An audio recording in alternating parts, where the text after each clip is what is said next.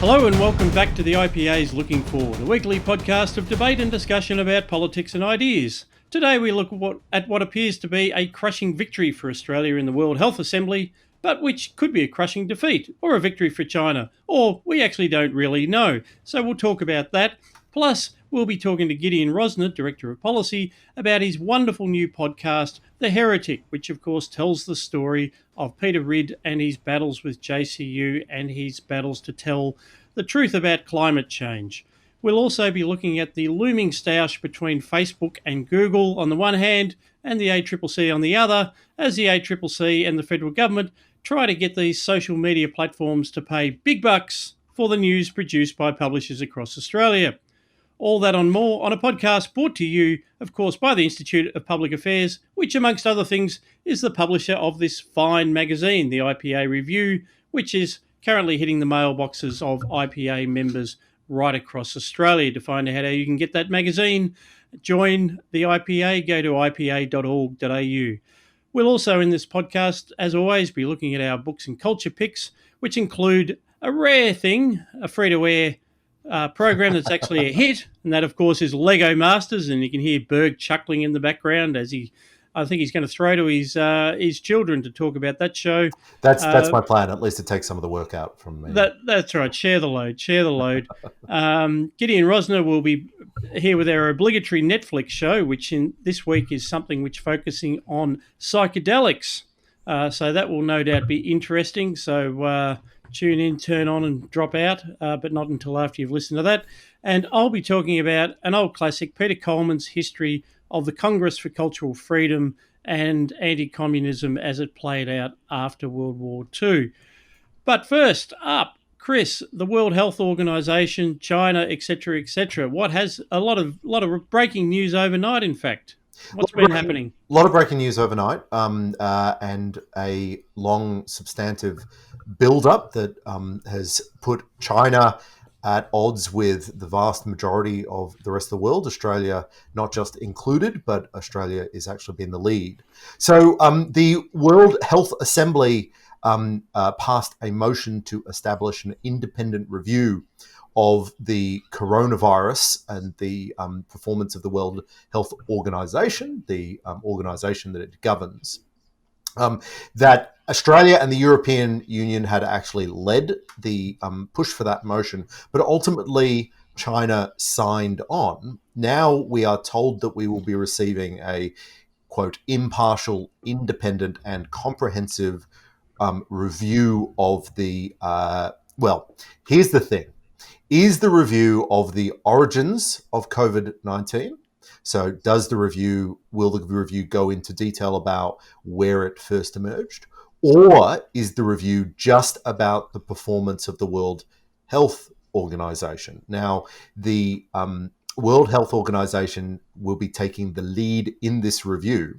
So you might think, well, it's already set up to favor the World Health Organization, the WHO's performance, and to be very supportive. But it's also backed by China, so it's very unlikely to go into any great detail about exactly when and where the virus emerged in or around Wuhan. So that's where we have landed. I think we might just first throw to Gideon. There's a lot to talk about the World Health Organization, but it seems to be coming to a head, doesn't it?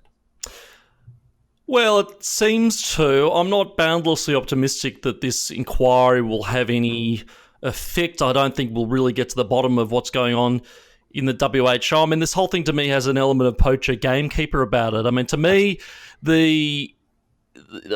what's becoming clear is that the People's Republic of China and the Chinese Communist Party have been systematically manipulating and indeed almost colonizing every international forum under the sun, from the UN to the WHO, to the WTO downwards for quite some time. Do we really trust the China-dominated WHO to investigate itself? I'm just not satisfied that there'll be any real catharsis, any real ventilation of the substantive issues. The best, and you're going to roll your eyes at me as the Trump fan that I am, but the best assessment of the WHO's performance was Donald Trump's letter yesterday, a 4-page letter which he sent to Dr. Tedros, which contained an extraordinary charge sheet. I mean, most of it I sort of knew about anyway, but really collated all the failures of where the WHO dropped the ball on this. And the figure I kept going to on Sky or wherever else I talk about this is this: the data indicates that if China had taken action early, and if the WHO had sort of tried to force their hand a little bit earlier, say 3 weeks earlier than they actually did, we would have lowered, or there would have been a 95% lower global infection rate. Yeah, and I do commend, and we should put up in the show notes, the letter that Donald Trump sent to the Director General of the WHO, because it's a 4 or so page letter that actually details in quite compelling detail exactly how the WHO messed up here. And what's interesting to me is that it was only because of countries that the WHO has systemically ignored, like Taiwan, that we knew about the severity of the disease early on, or as early as we ultimately did, because Taiwan obviously has invested in a lot of surveillance of the Chinese state, and Taiwan was able to detect that there was something very strange going on in Wuhan, and there was very likely to be a really dangerous disease on the loose. It's only because of them that the rest of the world really understood, rather than the World Health Organization, whose job it is, which is what we pay the World Health Organization to do. And I guess the other point to make, though, about Taiwan is they've had an extremely low rate of infections and deaths. Despite obvious proximity to China, population density, all the factors that were sort of common to Wuhan. So if the rest of the world knew what Taiwan knew, then maybe our response would have been a whole lot different. Yeah. Look, I think this is fascinating, not so much for what it will tell us about coronavirus, which is probably not very much, but how this has played out as an example of the geopolitics of the world. If you read the Australian media, you'd swear that this has just been a stoush between China and Australia ever since Scott Morrison said, yes, we should have an inquiry. And in fairness to Scott Morrison, he was possibly the first leader outside the US to actually say that unequivocally, that yes, we should. But the reality is the motion that went through the World Health Assembly was led by the EU. This was not Scott Morrison on his own. It was not our motion. I'm sure there were diplomats doing some work behind the scenes. Greg Hunt did a good job. But this is part of a global suspicion of China that a lot's changed in Europe as a result of this. I mean, I think the scales fell from the eyes of a lot of Americans, sort of 2016, 2017, and we seem to be seeing this playing out in Europe. Now, what you get, of course, though, is a diplomatic solution, because China does have influence in the WHO, just like it does in all of these international organisations. So that's why I'm equivocal about whether this is actually a victory or a defeat. As an inquiry, it's not independent, it's not impartial, it's not just going to look at the WHO's performance, it's not going to go into the origins of it doesn't mention China. So, but this is the context for Trump's thing, though. So Trump then declined the opportunity to address the World Health Assembly, unlike Xi Jinping. He's written the letter saying, well, if you don't pull your act together, we're out of here. And the trouble is, when America vacates, that actually just leaves the field to China. So I think it's a microcosm of everything that's going on in the world, sort of international governing organisations at the moment, and the dilemmas that we have as we try and work through what to do with China. I think that's right, Scott. And that is a neat summation of the challenge that we have right now, because the World Health Organization obviously is not performing in the way that we require it to perform. And I've been writing and looking at the World Health Organization for the better part of a decade. I wrote about its really poor performance in the early months of the Ebola crisis some decade ago.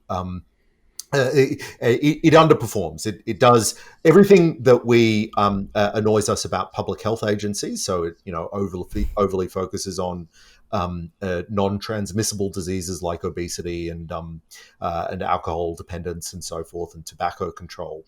But so it does that at the expense of focusing on transmissible diseases, which is viruses and Ebola and COVID and all that sort of thing. But it's also highly.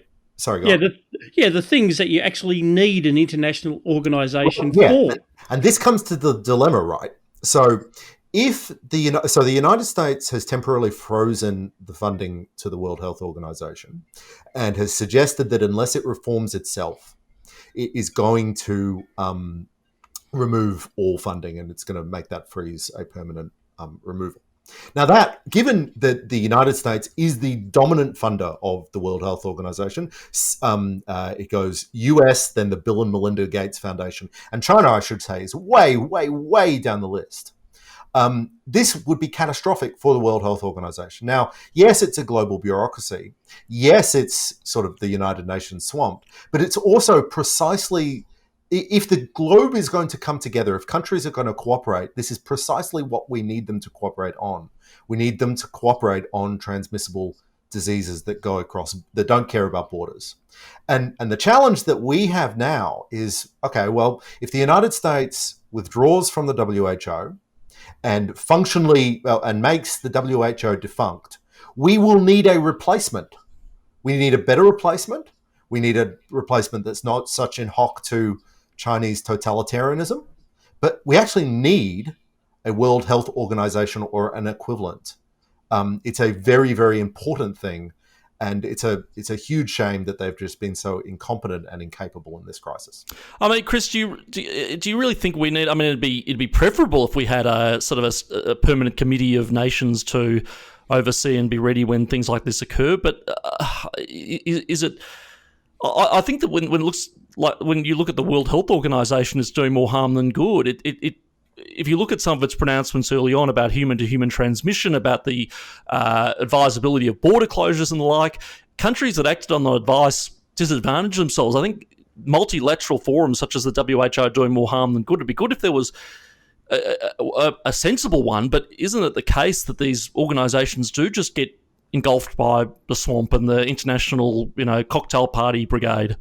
Well, look. I mean, you might say it's sort of functionally impossible to get the sort of organisation, not an assembly, but the organisation that you would need to deal with something like that. And that's a fair critique. We might just say that any international organisation is going to be inherently incapable. So why are we wasting our time doing it? But I think that to the extent that any international cooperation is important on any dimension in any policy area, this would have to be either the first or the second ones that you would focus on, because the need for health monitoring, the need for health coordination and cooperation is actually really important, and we're seeing why it's important. We're seeing why it's important in the very failures of the WHO, because if the WHO had acted better and more honestly and more trustworthy at the start of this crisis, we would not be in the crisis we are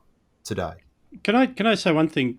In looking at the WHO, so they were absolutely a terrible performance in terms of not declaring a pandemic earlier, which is that is the smoking gun, and this idea that it was under the influence of China, I think is the rebuttable proposition. It's try and prove me wrong that's actually what was happening behind the scenes with China communicating with Dr.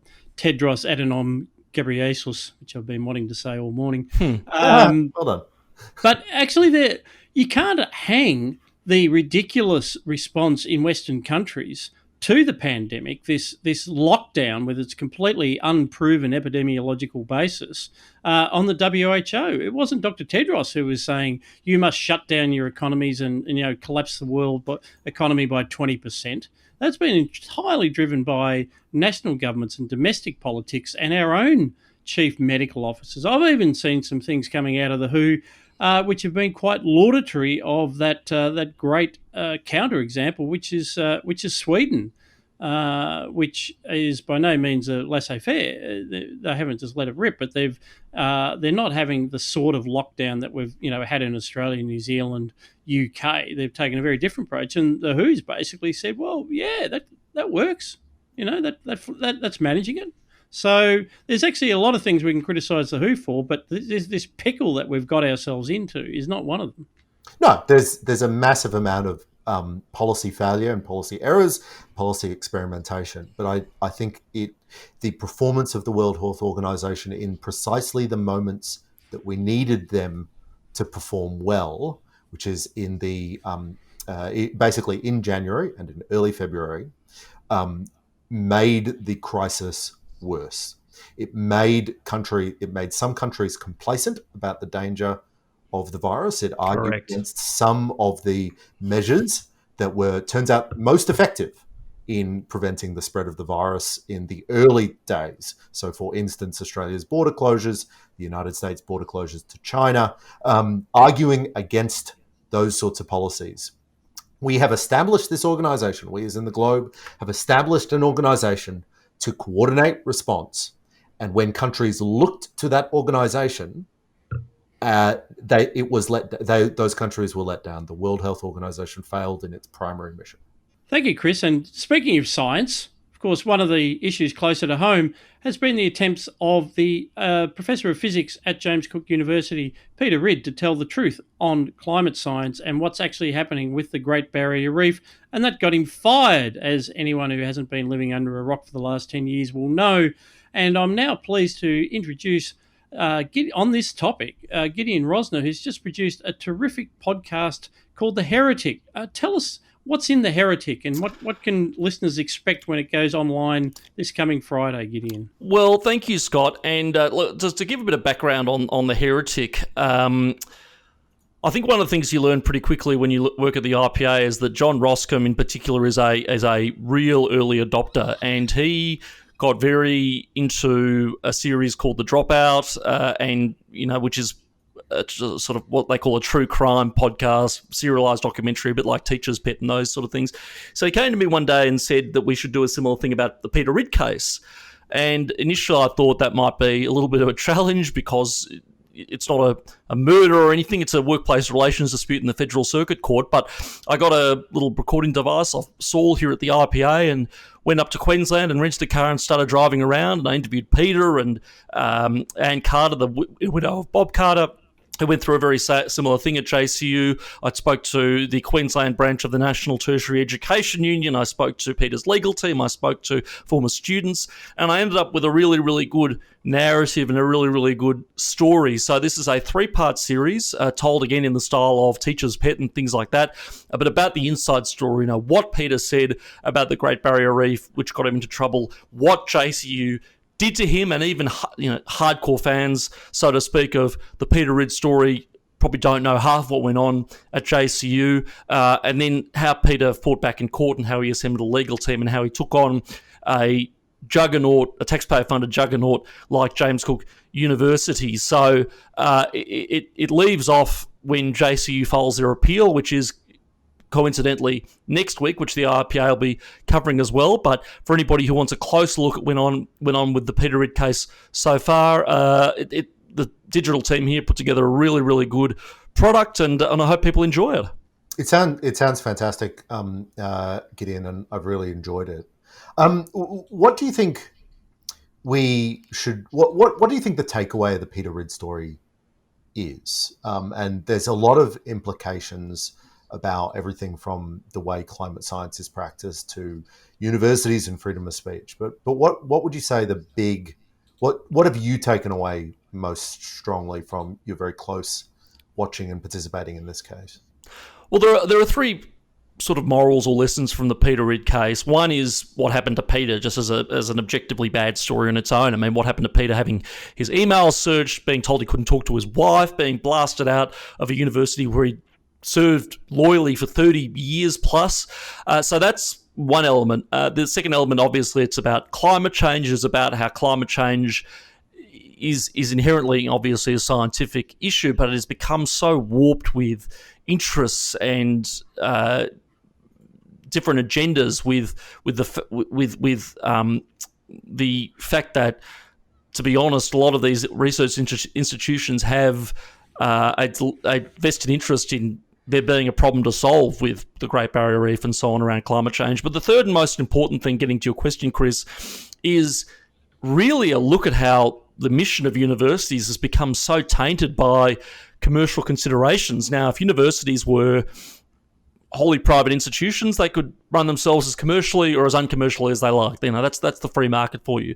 But we as a society have decided to spend billions upon billions of dollars every year to create public squares of intellectual inquiry, and that is being lost in the hunt for prestige, for grant funding, for flashy new buildings for international students and so on. And what that has done is that has meant that people like Peter, whose views go against the grain and who threaten the narrative and indeed the prestige of universities by belling the cat on sloppy scientific research, are marginalised and indeed blasted out. It goes to something that, and one of the most interesting interviews was the bloke from the NTU, Michael McNally, who I interviewed, who was a very good guy, who indicated that it really shed light on the tension between university administrators and the professoriate. Now, the IPA has been very critical of the lack of balance at universities and some of the subject qualities, but at the end of the day, the real problem is the fact that we don't have enough academic freedom. And if there was untrammeled academic freedom, you'd have a few sort of funny characters who, put swastikas on Israeli flags and all sorts of other things, but you would also get 10 more Peter Reids. You would also get 10 more people who can put forward a viewpoint that we don't commonly hear in academia, but that is really being stifled. I think there's an interesting... I've been thinking about this with Sinclair Davidson, of course, my RMIT colleague, and been thinking about the Peter Reid case as the first in what we expect to see a really substantial number of these sorts of cases into the future. The reason is that universities have been encouraged by the government to focus on making sure that their research that is funded by the Commonwealth is of a high impact. So what that is doing is encouraging academics to spend more time in the public space. Now, I think that's good. So I think that we spend all this money on research, that we should make sure that the researchers that we are paying for are engaged in the public space. But it puts academics much more in the center of political disputes. And it puts those academics in a position that they're not just arguing with each other in unread peer-reviewed journals. They're arguing with each other in the press. And Peter Reid's crime, such as it was to argue in the press and in popular media and in material published by the IPA in Climate Change the Facts 2017, was it? 2017? Yes, that's right. In Climate Change the Facts 2017, he was arguing about the state of peer-reviewed science in a popular environment. And that seems to be what has annoyed James Cook University, the fact that he wasn't just criticizing his colleagues in unread journals, he was doing so in the public. Now, I think that's good and we should be encouraging it, but it's going to bring up many more of these challenges and many more of these disputes, because I don't think the universities are really ready for the implications of that. And the issue that I think Gideon's drawn out in his podcast has been, though, that's the environment, Chris. So what you just said, I think, highlights the intellectual tension, if you like, the institutional tension. But legally, it was very, very fortunate for Peter that there was this clause in the enterprise bargaining agreement that the NTU had negotiated around academic inquiry, academic freedom. And as Gideon has noted, the universities are now seeking to have that removed. And this is why, we haven't talked about it so much recently, but this is the critical issue that came out of the French inquiry into free speech on campus. It was not an inquiry that went anywhere near as far as it should have. Its recommendations were a bit soft, but it was at least talking about a model code of conduct. And to my knowledge, there's only been a couple of universities which have paid any attention to it at all. And so even while these tensions are growing, Chris, we've potentially got the universities manoeuvring out of the only restriction on them, basically firing any professor for being, in the case of Peter Reid, for being uncollegial, which essentially means saying anything which could be taken to be critical of a colleague or the university. And we're seeing this all over the place. We're seeing University of Queensland trying to expel students. We've had universities in West Australia threatening to fire an academic over comments he'd made about the governance of the university and reliance on foreign students. It is coming up again and again, but I really worry about what the next Peter Reid might actually be able to do about it. Not much, I suspect. Yeah, no, you're right, but I wouldn't put it all on university management, I have to say. I think that my reading of the situation is that academic freedom on campus is seen by a lot of academics as a somewhat niche issue because they don't think that their role is to get involved in issues that might be controversial. Now, that's by design. That's a lot of people just study things that aren't inherently politically controversial. They're not going to people aren't going to push back against them. They might be, if you work in physics or if you work in statistics, it's very unlikely that your academic freedom is going to be trampled on. So it becomes just a lesser consideration in the negotiations with management that the NTU does reflect as well.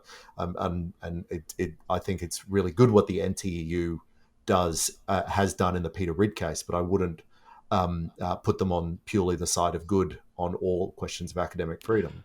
Is that right? What makes you say that, Chris? I'm interested in that. Look, so my reading of the situation is that the unions have not overemphasized academic freedom in the negotiations of the enterprise bargaining agreements over the last decade or so.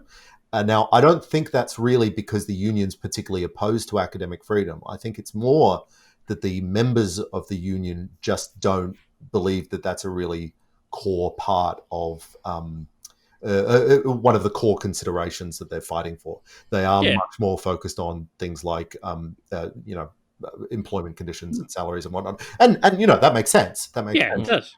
But and you've also got to remember that the NTEU represents not just academic staff, but all professional staff of the university, so all the administrative staff and so forth. So I think that the NTEU should, and because it acts on my behalf. I don't, not that I'm a member or anything like that, but it is currently it's in the middle of making decisions about my variations to my contract, which I just think is horrible. But I think that the NTU and its members have accidentally let themselves down by not focusing on academic freedom more than they have.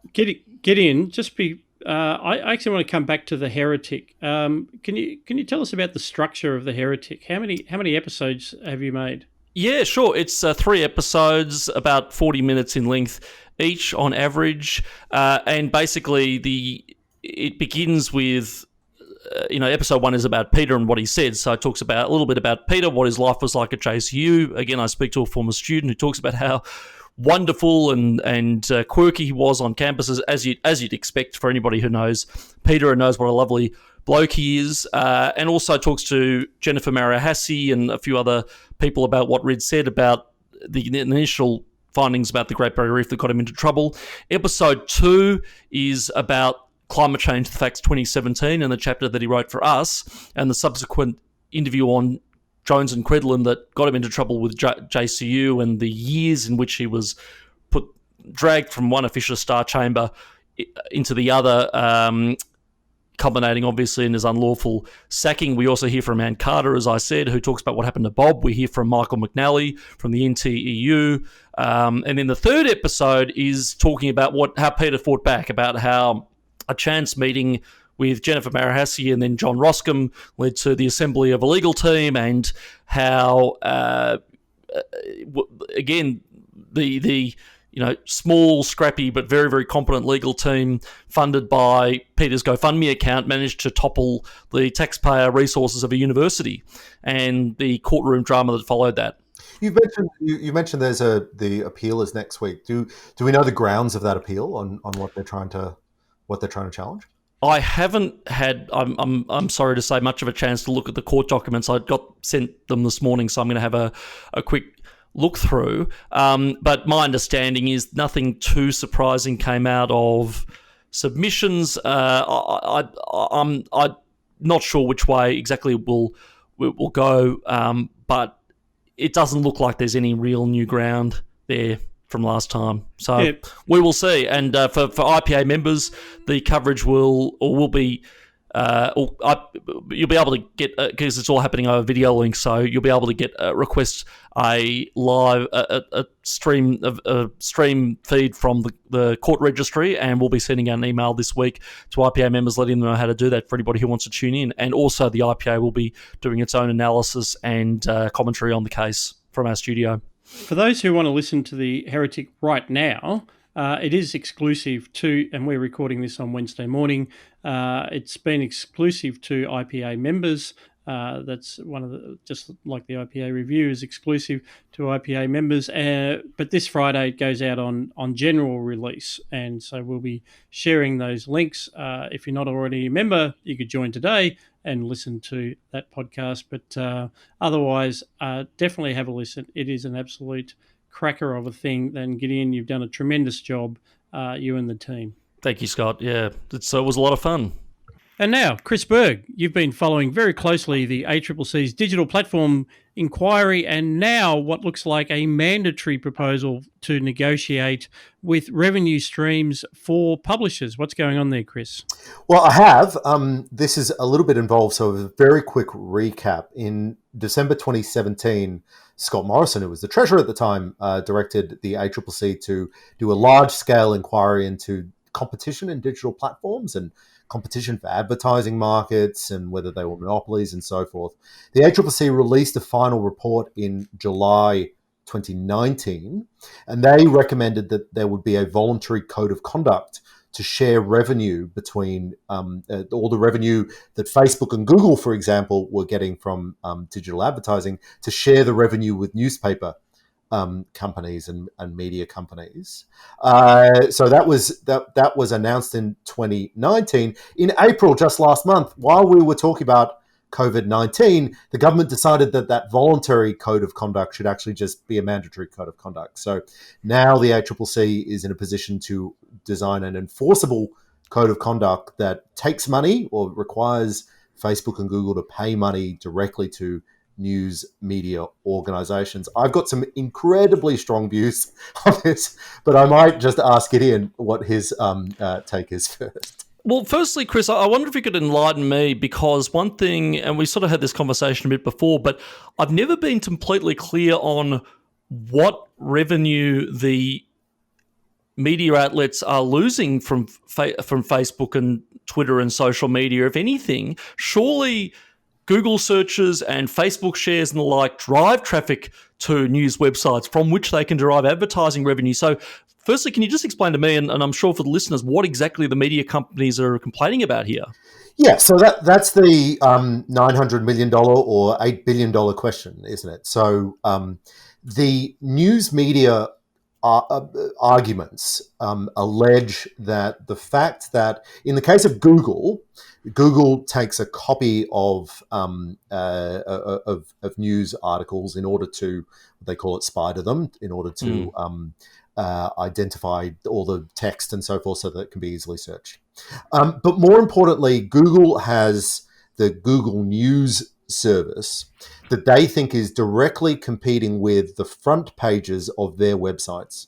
And it's the same with Facebook. So the news media outlets think that Facebook's feed is a competitor to the front page of the news outlets. Now, I'm very unconvinced by this argument for precisely the reasons that you raise, because Facebook is actually, and Google are directing people to the websites of the news media outlets, on which, to the particular pages on which the news media outlets then serve advertising. Now, as a matter of logic, that doesn't seem substantially different from sending them to the front page rather than to the back end. But this is more of a just dispute about a long-run trend in advertising that the news media outlets think that many of these digital platforms somehow took the advertising that they use to cross-subsidize journalism, and that the only way to have a sustainable journalism business is if that cross-subsidization is by force returned. Can I, before we get into this solution that the ACCC is proposing, which I do have problems with, in fairness, this is definitely a thing. This is not a bit. These platforms don't drive traffic back to the actual news websites. And I have a little data point here. Did I mention that the IPA review is out? And there's a terrific... Great edition, by the way, Scott. I had a flick through last night. Thank you. And there's a terrific article by Paul Mitchell, who was an editor of regional newspapers in South Australia's Riverland for 17 years. Smashing bloke, great writer. And he's talked about the experience of recruiting graduates into his newspapers over that period. And but one of the things that he notes along the way is he's interviewing kids who've presented to say, I want to be a journalist. You know, I'm passionate about news, they write in their applications, as you would of course, and I definitely want to work for the insert name of masthead here, full stop. But when he sits down to interview them and he says, oh yeah, so you're interested in news? Oh yeah, I read a lot of news. And what news sites do you look at? They almost invariably say, oh, Facebook or Google. Like that's the news outlet to them, and when he actually he has to actually say to them, no, that's the social media platform. But what's a news site? And they go, ABC. Like they would never mention the Age or the Australian or the Adelaide Advertiser or whatever. No, but you've got the objection that encapsulates is, oh, well, unfortunately, our brands aren't strong enough, so people don't know when they're inherently reading an Australian or an Age or an SMH or a Fin Review piece like that. But it is absolutely the case that the links on Google News or the links on Facebook drive traffic to those websites. Now, it may not be the case that once on those websites, we have a particularly strong passion about this company or that company. But it is absolutely the case. And you know this because there's nothing more devastating for a news company these days than if Facebook changes its algorithm to make it harder or make it slower to jump from one site to another. They are absolutely reliant on that. Now, that's created a huge amount of resentment because they know that so much of their traffic is reliant on someone else's algorithm. No, I'm still disputing this. No, it's not driving traffic to their bloody websites. These social media platforms are appropriating the brands of these organisations, and I'm telling you that the rising generation don't engage with those masthead brands at all. No, look. So there actually is something to the business model being collapsed. There is definitely a legitimate public policy issue on the table. No, there isn't. In what world is it the responsibility of the government to care about brand engagement? Well, listen, why do academics get on retainers for when their work gets republished anywhere? Why is that okay? Why do musicians get funding back from ARIA every time their songs are played somewhere? You know, we've worked through all these issues in all sorts of other domains. That is the reuse. I mean, if Facebook was republishing articles directly, then of course there would have to be some sort of copyright. But that's exactly what they're doing. You don't leave the Facebook platform. Yes, they do. They publish links. So the ACCC's report suggests that there's a lot of pass-through. So people do actually click on the links. I'm sure a lot of people don't, but a lot of people do, and they do in a way that has a material financial impact on those firms. Now, I understand that it is very upsetting for the newspapers to have lost the rivers of gold in classified advertising that sustained journalism as a business model through the 20th century. But it is not Facebook or Google that took the rivers of gold. The classified advertising platforms took the rivers of gold, and Facebook and Google sell a different product. because they are selling a different product, a different advertising product, does not make them owe money to another company. So let me be really clear what's going on. This is a government-led extortion racket using the government, where one set of companies uses the government to extort money from another set of companies. There is no more complexity to it than that. It is outrageous, absolutely outrageous, that that some companies get to use the government to steal money from other companies, but that's where we are. Look, can I just make 2 points? Firstly, in defence of these poor, junior burger aspiring journalists who said they got their news off Google and Facebook. Look, if somebody asked me what news brands I engage with, I'd say the Oz and the Sky, and I read a bit of other papers like The Guardian and so on that I disagree with to get a different perspective. But broadly speaking, if I'm being perfectly honest, the first thing I do when I check my phone in bed in the mornings is not open up the Australian website. I, as a matter of habit, go to Twitter. And most of the stories I read with first thing in the morning are links that are curated for me by peers and by sundry other lunatics on that social media platform. But the second point I would make is, to me, this debate, and I think there's another issue, Chris, with this, with there's a subscription issue. People aren't loyal to a paper. They don't say, I read the Oz in the mornings. They read a range of things. So that's causing further disruption in media business models. To me, this is analogous of the issues that the record industry and the music industry went through at the turn of the millennium with Napster and so on. Now, what happened was that initially the idea was floated to have what we have now with iTunes, where, okay, you don't want people downloading your songs for free. That's fair enough. Why don't you just find a platform to sell songs for a smaller price? And record companies resisted this because their business model was to bundle hit singles with 9 other songs or whatever it is that you don't tend to listen to sell an entire album. To sell a tenth of that album would have put a big dent in their bottom line. But what they found was they couldn't resist it. And it took 10 years for Apple to develop with their blessing, a platform where you could sell individual songs. And now we've reached a stage where we're all on Spotify, where you don't even download and purchase a song, you stream it, which means less money still. The point I'm making with all of this is newspapers and media companies, and I'm amazed there isn't already because think about it this way, it's so annoying when you're reading a piece on the New York Times or the Telegraph, whatever else, and there's a paywall, and I don't want to subscribe to a newspaper for an outlet that I might read, once every week or so on. Why haven't the media companies found a platform to sell articles for a few cents or something to people who want to read them without having to subscribe, and then building, subscriber-only content separately? I mean, the media companies wear some of the blame in this for not bringing up to date their business model. I'll tell you what just demonstrates that this is an absolute nonsense.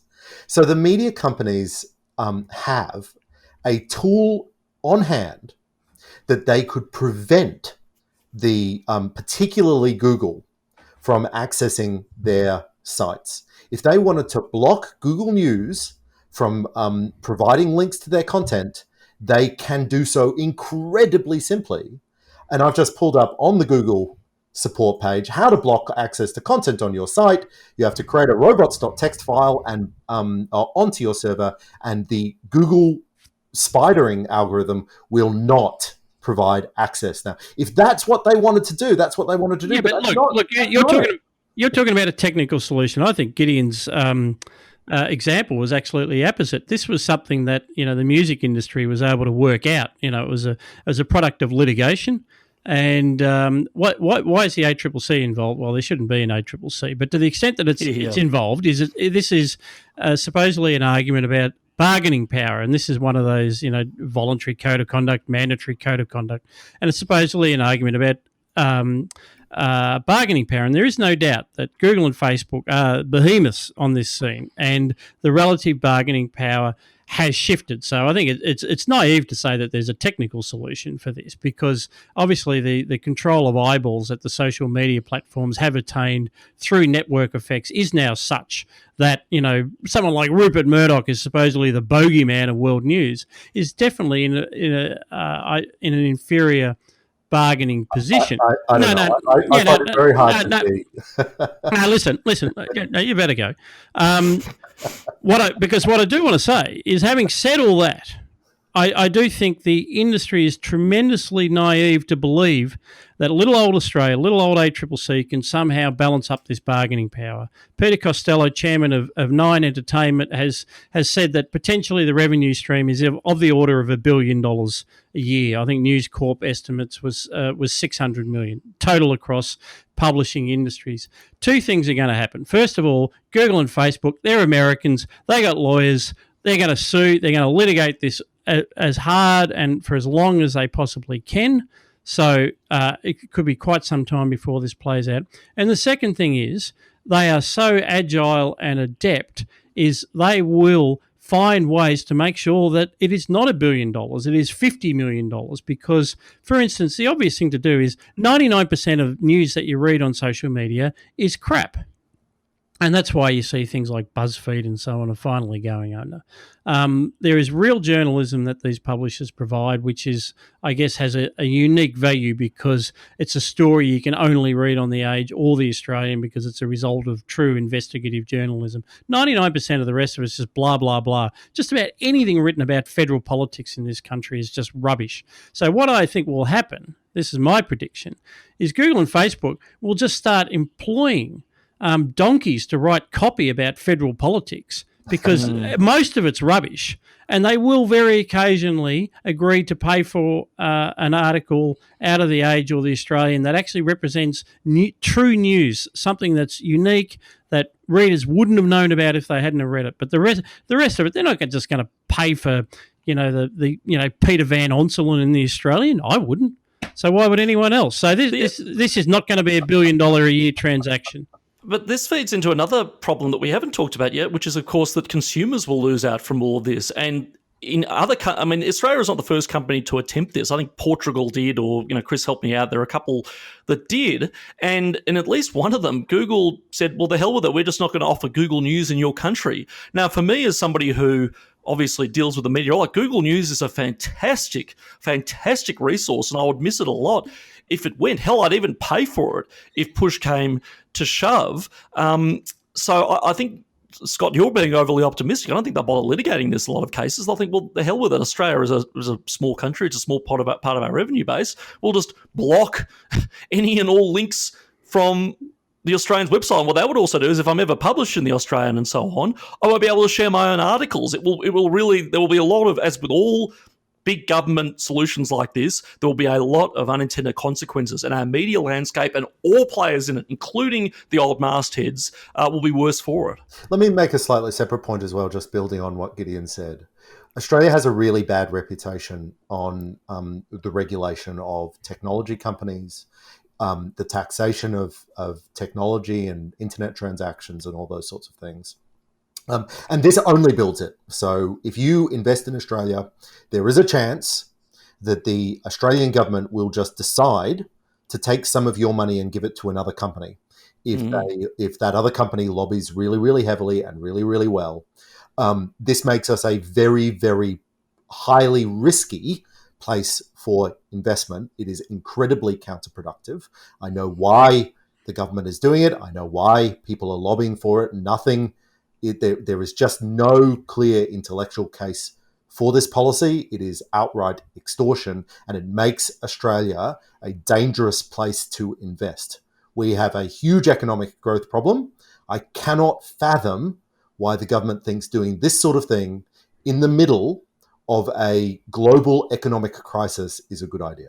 I think there's plenty of precedents around. I mean, all intellectual property. I mean, you're right. I mean, stealing is very common historically speaking. It's government enforced extortion. it's governments create. There's a real tradition of stealing from private companies. Yeah. There's real property. There's actual things that we can create and possess and trade, and then there's the various forms of intellectual property which has just been made up by government. I think like I said, Gideon's example is very apposite.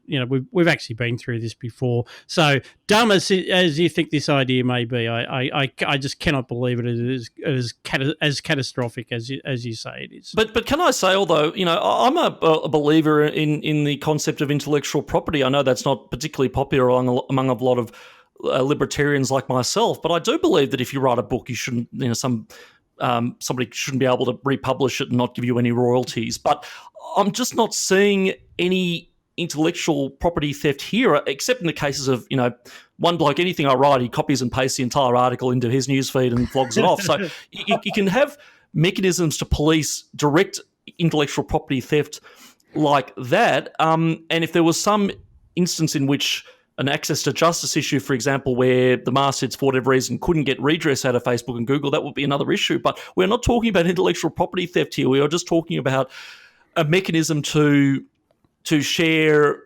articles that has, for various reasons that are baked into the 20th century business model, starve companies of revenues. As Chris sort of said, I don't think we should be engaging in sovereign risk because a few legacy companies have not been good enough at adapting to change. I know that sounds harsh, but that's sort of what it sort of boils down to for me. Okay. I might also add that if you want to read more great content, do go to ipa.org.au. You are welcome, in fact, to republish it. All we ask is that you attribute it. You'll find many fine pieces there by Gideon Rosner, Chris Berg, and even me, Scott Hargreaves, editor of the IPA Review, which I'm now holding up, for the fourth time in this episode.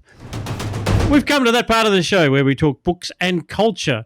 As I said, we have a free-to-air program that has been tremendously successful. So we should talk about that. It's like falling on a golden egg in the middle of a forest or something like that. What's going on, Chris? It has been incredibly successful, and this week, in fact, I've been watching The Last Dance. But given that we spoke about it last week in the last episode. The other show that I've been watching has been Lego Masters. Lego Masters is the incredibly successful Australian version of a British franchise. It was launched in the UK in 2017, and the first season was aired in Australia last year, and the second season has just finished. There's also an American version. It is just a... This is going to sound a bit corny. It is just a delight, Scott. It is just a really nice show. Yep, that was corny. It is corny, but it's the combination of Hamish Blake, who's just a very appealing host, and the Lego judge, who is a Lego certified professional that's described as the brick man, who's got some extreme dad energy, tears up whenever he has to say goodbye to anybody in the show. It is just a really, really lovely show. Of course, it's just massive at young schools, at primary schools and all that sort of thing. So it's all the kids are talking about in primary school when they manage to Zoom their friends. Just a very wholesome piece of television. Traditional virtues there, Chris, perhaps? Extremely traditional virtues. Are there moral lessons in this for us? Just work hard. Just sort of no. There's nothing more heavy. It's not a, it's not a sort of treat your parents well. It's just you can work hard and be creative with plastic bricks and yeah. No, it's just great fun, I have to say. Made by a fine Danish company. I wonder whether it'd be too indulgent for me to have a link to a story I wrote years ago about how Lego got into conflict with the Chinese government when the artist Ai Weiwei requested a shit ton of Lego bricks in order to make an installation about reflecting on the Chinese Communist Party. Only if I can do the same, because I wrote an article about Lego many years ago as well, and I read all these Lego books and everything. I wrote about Ai Weiwei as well. Anyway, we will post both of those up on the show notes. Here at the IPA, there's a political angle to everything. Absolutely everything. I might go next because Gideon's also closing with a program, whereas I have a book I've been meaning to get around to reading for some time. It's Peter Coleman, the late lamented late and much loved Peter Coleman, who was an editor of Quadrant, leader of the Liberal Party in New South Wales, later a federal parliamentarian, and one of those rare things, a public intellectual on the centre-right of politics. And he, in later years, wrote a book on the history of something called the Congress for Cultural Freedom. It was called The Liberal Conspiracy. Liberal in the small L sense of classical liberals, believers in freedom, and this was an organisation that was formed after World War II, at a time when Europe, everybody thought was just going communist. There'd been a devastating war, a popular front with the Soviet Union to defeat fascism, and then seeing that sort of wreckage of what was then Europe. The Soviet Union was doing a very effective program of propaganda and agitation. They had front groups everywhere, the fellow travellers, they had the intellectuals in their pockets, and there just didn't seem to be any kind of alternative to this. And it was intellectuals like Arthur Koestler, author of Darkness at Noon, and a small number of others who really wanted to see the values of freedom survive, and also for the West to actually understand what communism in practice in the Soviet Union was like. And so they got together in about 1950, sort of 49, 50, what became the Congress for Cultural Freedom. And this was really intellectual labour. So Peter Coleman details all this in his excellent book, which I've just read. And they created magazines, they started running events, and I think it's a timely book. It had great success for about 10 years before it petered out. The Australian arm spawned Quadrant, which survives in a much more independent form. The Congress for Cultural Freedom no longer exists. It finished up being disbanded in the 70s at a time when it was discovered that some of its early funding had come from the CIA. And this is unfortunately not a conspiracy accusation. It was the CIA really did give them some money, to which I can only say, well, good on them too, because they needed it at the time, and the US government had largely been asleep at the wheel. A lot of people in power in the US were still thinking of the Soviet Union as their ally, as it had been during the war, and the shift to a Cold War mindset had only just begun. Truman woke up, George Kennan helped wake America up, but it was a long time before they understood that it would be a battle for hearts and minds. And Congress for Cultural Freedom was really a battle to reach the intellectual elites of Europe and try and prize them away from the cultural and intellectual leadership of the Soviet Union. And I've been reflecting on this book, and I do recommend it because I think it speaks to our own times, when once again there's sort of a battle for hearts and minds to be won. Chris Berg and I were talking about China, which attempts to use soft power, and it's just lucky for us that they're not very good at it. Because the Russians were actually very good at it, and they had enough of the European mindset to produce some truly wonderful sort of propaganda. Chinese, not so good, only seems to work in Africa and places where they don't have much choice in the matter. But it does... It's also interesting to think, sorry to jump in there, Scott. No, please do. To think that many of these institutions that were established by the US for deliberate soft power have been shut down or made defunct, or certainly don't form a big part of soft cultural power anymore. And we are relying on the private sector and private culture and social movements to provide that soft power. Now, I'm not sure that this is the environment in which you would want to reestablish a Congress of Cultural Freedom. I don't know that you want a Voice of America, or whether that would be effective in the ideological battles that we're fighting today. Radio Free Europe used to broadcast into the Iron Curtain, yep. I think, but it is interesting to think of the West's soft power as now solely private soft power. So it's the soft power of Nike and the Simpsons and Marvel, Bill Gates, and Bill Gates. And that makes it vulnerable in some ways because, as we have discussed many times on this program, some of the modern, like Marvel movies, wouldn't want to offend China because of the size of the Chinese market. Same with the NBA, all these sorts of things. But it is also probably more powerful because it's not obviously a government speaking; it's a culture speaking. Yeah, no, that's true. And once it was discovered that the CIA had provided that funding, it was absolutely dead in the water. Yeah. And only people like me say, "So what?" And of course, the CIA and the CIA in 1950 was a very different beast to what it later became as well. But by the time we got to the 60s, that was an argument which was way too subtle. So well, be careful, Scott, because there are plenty of lunatics on Twitter who would love to get the idea that we're being funded by the CIA. So yeah. If only. If only. If the ambassador's listening, I'll give you the bank account details and we'll see what we can do. No. Unnecessary, of course, because we now have approximately 6,000 IPA members who actually allow us to do what we do, including this podcast. If you'd like to join, go to our website.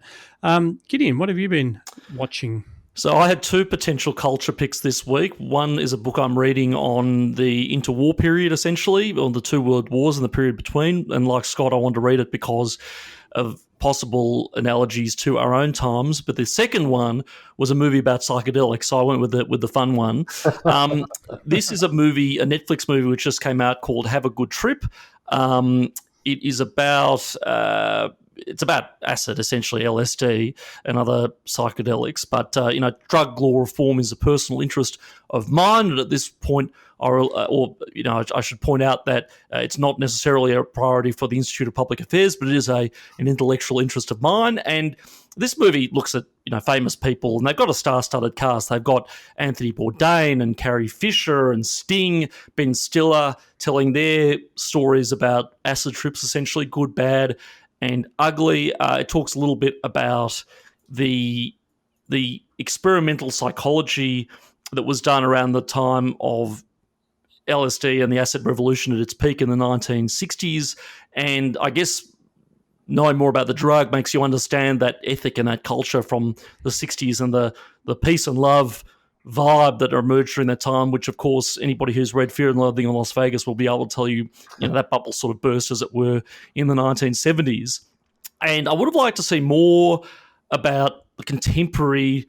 There was a bloke there who does a lot of work with microdosing and a lot of experimental psychology with LSD, but I would like to see more about the possible medical applications for LSD, because from what I can tell, we hear a lot about medical cannabis and the therapy that can enable, but I think there is a lot more evidence of the potential applications of LSD for mental health disorders, for they say anybody who's taken it will tell you that it can result in a phenomenon, or sort of an epiphany that will be like 6 hours therapy or 6 years therapy in 6 hours.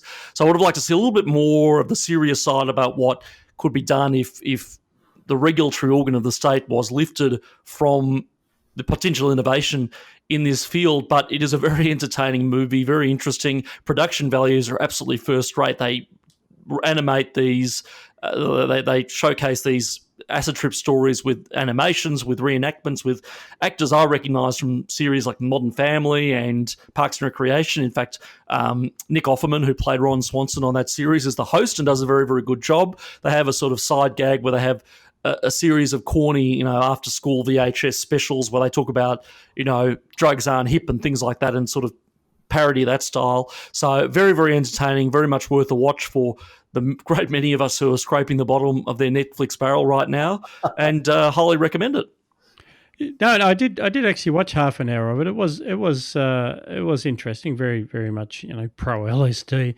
The thing, rather than debating that, the thing I thought it perhaps lacked was Jordan Peterson is very, very interesting on psychedelics, and it's all very well to talk about what the experience of a trip might be like, but Jordan Peterson in 12 Rules for Life and in his videos makes the point that what what psychedelics overcome is essentially sort of the filtering mechanism by which our brains process information.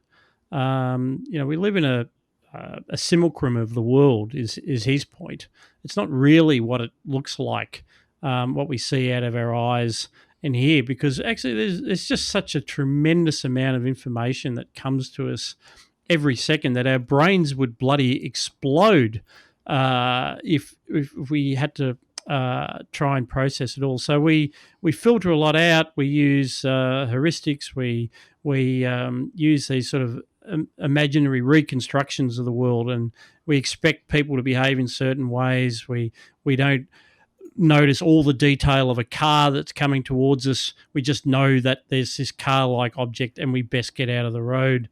And I didn't see any of that in the show about actually understanding about what is the function of the brain that psychedelics are overcoming, because that to me is what actually then helps you understand, what's the risk reward of getting right into psychedelics, because as they said, and they're not completely ignorant. They do say, do not drive. If you're gonna do this shit, do not drive, because you can't process the information. And I think I think there's some fascinating stuff there. And look, I would have liked to see more of that. And I mean, look, to be fair to the filmmakers, they do tell some, Ben Stiller and a few others talk about some of the bad trips you can have and all sorts of other things. But yeah, look, I don't think, and it wasn't intended to be a scientific documentary. It's more of an entertaining sort of a flick. But I would have liked to, as you said, see more of what it does to the brain, because I hope that I'm not giving people the impression that I'm encouraging everybody to go out and have a tab of acid and go frolicking in the hills. It's an extremely powerful drug, and on the wrong people can have very serious and frightening effects. And we should also clarify, it's illegal. That's true as well. But I'm not going to stick up for the nanny state. But But look, it is an interesting, it sort of raises the underlying philosophical point that whole communities in the US have been engulfed by the opioid crisis, which largely starts with prescription drugs, which are legally manufactured and given out and so on. And yet for accidents of history, other substances like cannabis and LSD and others have not been harnessed and explored to possibly not their recreational potential, but their medical potential. And, in the middle of a health crisis, you sort of, you can, like this one that we're in, you can have a look at our health infrastructure and the way we deal with health in the West, such as it is, and think there might be a better way. No, that's a fair point. That you got to look at it in context. Psychedelics may not be the biggest worry on the drug front. I think it was the great Dave Chappelle who said the only way Americans are ever really going to start getting worried about the opioid crisis is if black people start taking fentanyl. then it'll be a crisis, and they'll start making more laws about it. But at the moment, because it's white people and it's all prescription drugs, it seems to pass without too much comment. But anyway, that's Dave Chappelle. That's not an IPA-approved comment. And neither was anything Gideon said either. So, that's all good. Great culture pick there. You have been listening to Looking Forward, a podcast of the IPA. Please do go to our website, ipa.org.au, to see some of our other great podcasts, including the Viral Banter, which is a Generation Liberty program, and the Young IPA podcast, and, of course, The Heretic, presented by Gideon Rosner. You can find details about that and where you can listen on our website, or just go to your usual podcast platforms. I'd like a big thank you today to my co-host, Chris Berg from RMIT. Thank you, Scott. Director of Policy at the IPA, Gideon Rosner. Thank you, Scott. And Josh in the virtual studio, thanks again for putting this show together. I'm Scott Hargreaves, editor of the IPA. Thank you. We'll be back with more Looking Forward next week.